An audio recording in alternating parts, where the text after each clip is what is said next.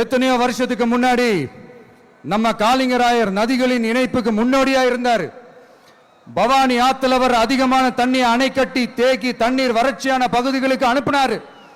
ஆனா இன்னைக்கு இவ்வளவு நவீன வசதிகள் இருந்தோம், இவ்வளவு சயின்ஸ் வளர்ச்சிகள் இருந்தோம், இவ்வளவு டெக்னாலஜி வளர்ச்சிகள் இருந்தோம், அவங்க வாக்குறுதியில் ஒன்று கொடுத்தாங்கல்ல, பவானி நொய்யலாறு அமராவதி 6 இணைப்பு திட்டத்துக்கு ஒரு துரும்ப கூட கிள்ளி போடல. வாக்குறுதி நம்பர் 103 சொன்னாங்களே, செஞ்சாங்களா?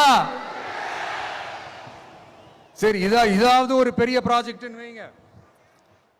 ஆறுகளை சுத்தப்படுத்த பலாயிரம் கோடி நிதி ஒதுக்குவோம், தமிழ்நாட்டில் உள்ள ஆறுகளை சுத்தப்படுத்துவோம்னு சொன்னாங்களே, செஞ்சாங்களா?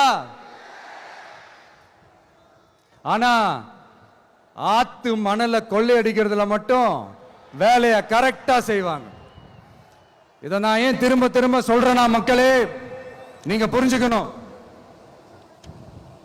கொஞ்சம் மசந்தா மற்ற மாவட்டங்கள்ல மணல் காணாம போன மாதிரி, மலைகள் காணாம போன மாதிரி, நம்ம மாவட்டத்தில் தனி வளத்தை கொடுத்த